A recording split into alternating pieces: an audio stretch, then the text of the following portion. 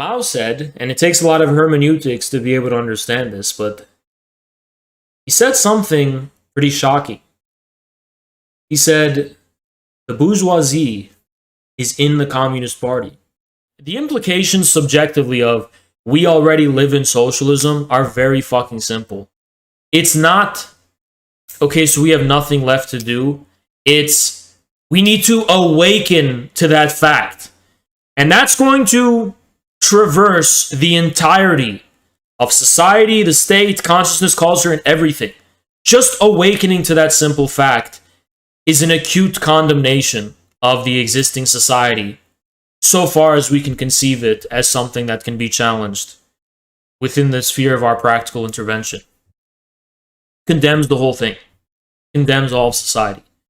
We already live in socialism basically means it already won. It's almost like these people are the medieval. I'm not going to say the whole Catholic Church because, you know, I know there is this debate and Catholics are right and whatever, Protestants are right, but just within the specific context of the corrupt Catholic Church that Luther was dealing with at the time, it's almost like what I'm saying is more like the Protestant predestination type of thing.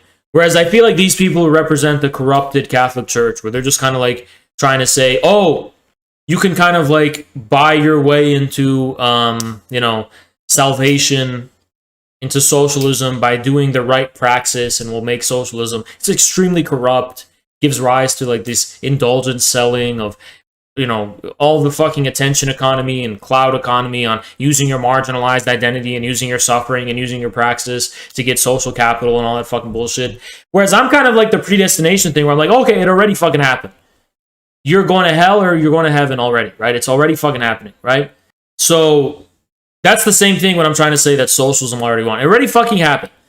When people say, does that mean we do nothing? That's the same thing as when people reproach the Protestants with like, okay, if it's already predestined, why make any choices at all? Why even try to be a good person?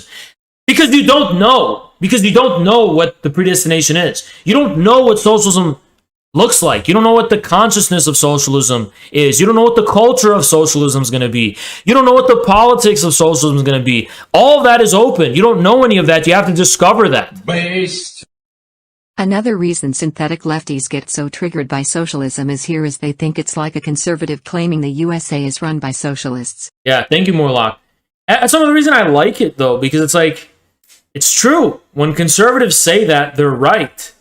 And I want to get into the point about this. When conservatives say that we're ruled by a bunch of communists and we're ruled by a bunch of socialists, they're pretty much right. But the problem with those conservatives is that, I can't wait to be quoted out of context for this. They're not against them enough. They're not against the people who rule us enough. You know who's really against the people who rule us? You know who's against you know who's really against the communists who rule us? Or the socialists that rule us? Other communists. China. Now let me explain the background and the context of that. Because there's so many prongs to this thing about like we already live in socialism that I want to get to. Before I even get to like the analysis of like why materially, which this person tries to allude to in their thread, I need people to understand that the Sino-Soviet split was not just some like, oh, that was just some dumb skirmish over nothing. No, the Sino-Soviet split was the principal contradiction, the principal antagonism. It is the most advanced antagonism in the history of the world. It is the culmination of world history. The Sino-Soviet split was the culmination of the Weltgeist, culmination of world history, and the absolute concrete contradiction defining the era. Now, what's significant specifically about the Sino-Soviet split is the following scandal. That after the triumph of the socialist mode of production, from the transition from a capitalist mode of production to a socialist mode of production, there remains some kind of class antagonism. I need people to understand some context behind the Cultural Revolution, which was an extension of the Sino-Soviet split and an extension of this communist civil war where Mao was waging a war against the managerial class of world communism, including within China. When they were talking about in China, the capitalist roaders, they weren't actually talking about economic policy. Because the Cultural Revolution did not affect economic policy by and large. The increasing decentralization and freeing up of markets after the Great Leap Forward continued throughout all of the years of the Cultural Revolution. It did not affect the actual changes at hand. There's a very smooth continuity between the Chinese economy after the Great Leap Forward into Deng Xiaoping's reforms after the Cultural Revolution. A very smooth continuity. A lot of people think Deng introduced capitalism and that in the Cultural Revolution, when they were talking about the capitalist roaders, they were talking about the reform and opening up, and they weren't. When they were warning of the threat of capitalist roaders, they were not talking about anything relating to economic policy, because the economic policy that China was going in the direction in was this kind of apparent capitalism. It wasn't capitalism, but it looked awfully similar. There was increasing market exchange, and there was an increased level of decentralization, and an increased level of like apparently private accumulation. It wasn't really private at all.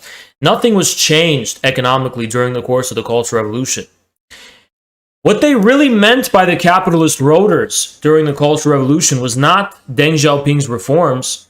It was this fear that these economic changes that were happening already since the Great Leap Forward would give rise to the prevalence of a capitalist and bourgeois consciousness and basically destroy the party and basically destroy communism and destroy whatever, the proletarian ideology. So the Cultural Revolution is called a cultural revolution because they viewed culture as this decisive site of what was at stake. We have to preserve proletarian consciousness because it seems like the economic base is changing in such a way that makes it easy for kind of capitalist roaders and bourgeois consciousness to prevail.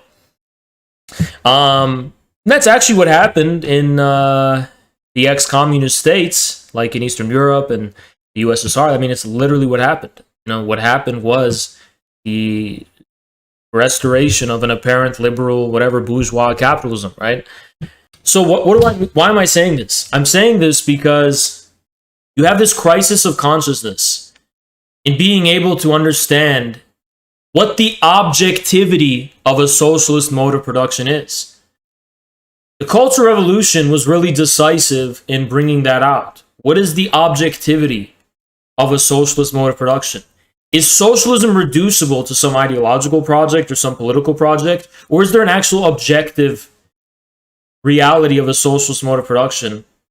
So that's what you're dealing with. And the decisive significance with the Sino-Soviet split is basically this. Even if the socialist mode of production prevails, why is there this lingering threat of capitalist or bourgeois consciousness? Moreover, why does there remain what appears to be some kind of class antagonism? What did Mao, and then Mao's last campaign before he died, this is some esoteric shit, was basically the question, what does it mean for the dictatorship over the bourgeoisie to exist under socialism? Because the bourgeoisie as a class appears to have been eliminated physically. So why is there this bourgeoisie? Where is the fucking bourgeoisie? It's like the basic question, the enigma of the Cultural Revolution. Because a lot of people are confused about the Cultural Revolution. It's a great proletarian cultural revolution, but where's the bourgeoisie? There's no fucking bourgeoisie. It's clear. Now, Mao said something pretty heretical, pretty devastating, and I think it sums up a lot of the contradictions of contemporary socialism. Mao said, and it takes a lot of hermeneutics to be able to understand this, but he said something pretty shocking. He said, the bourgeoisie is in the Communist Party. That's what Mao said. He said the bourgeoisie is in the Communist Party. Now, my hermeneutic for interpreting what Mao meant by that is more or less that the class antagonism has become internalized, and that socialism, while acquiring an objective reality, has not eliminated the class antagonism that is internal to the party.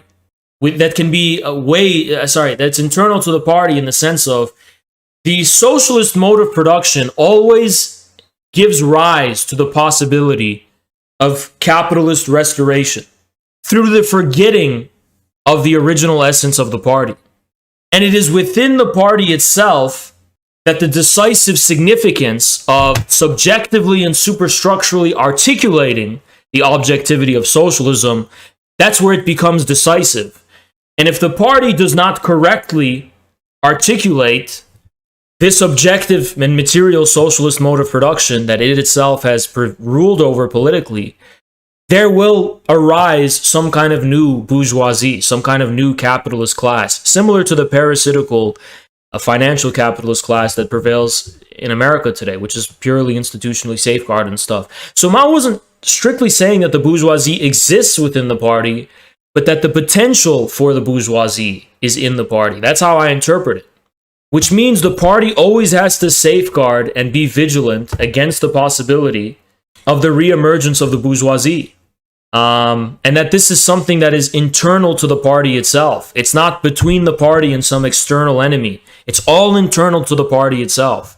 That has some shocking implications. So when I say we already live in socialism, this does not in any way downplay the significance of the necessity of the rule of a communist party. On the contrary, it increases it manifold, right? Now, addressing what this person is specifically saying about, it's like only a communist party can articulate the fact that we already live in socialism. And by the way, us already living in socialism, you have to understand what a mode of production is. It doesn't mean the corporations that rule us and the banks and the institutions that rule us. That's the socialist mode of production. The socialist mode of production refers to deeper relations of production, not only not given representation by the state superstructure, but also by the economic superstructure in the form of the monopolist institutions and corporations, etc., etc., etc. So that's why it's not always accurate to say, oh, we live in socialism. It's true on a fundamental level, but there's also a sense in which we still live in capitalism because the economic superstructure, in the form of the economic institutions that are still in power, are vestiges of the capitalist era.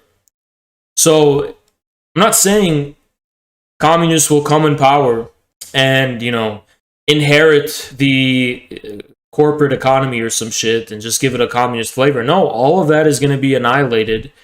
Principally, through the destruction of intellectual property laws. Disney's going to be destroyed. Pepsi and Coke will be destroyed.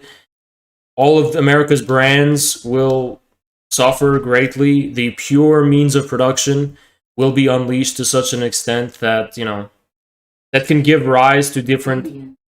Yeah, it's pretty... That's also what I mean as well, right?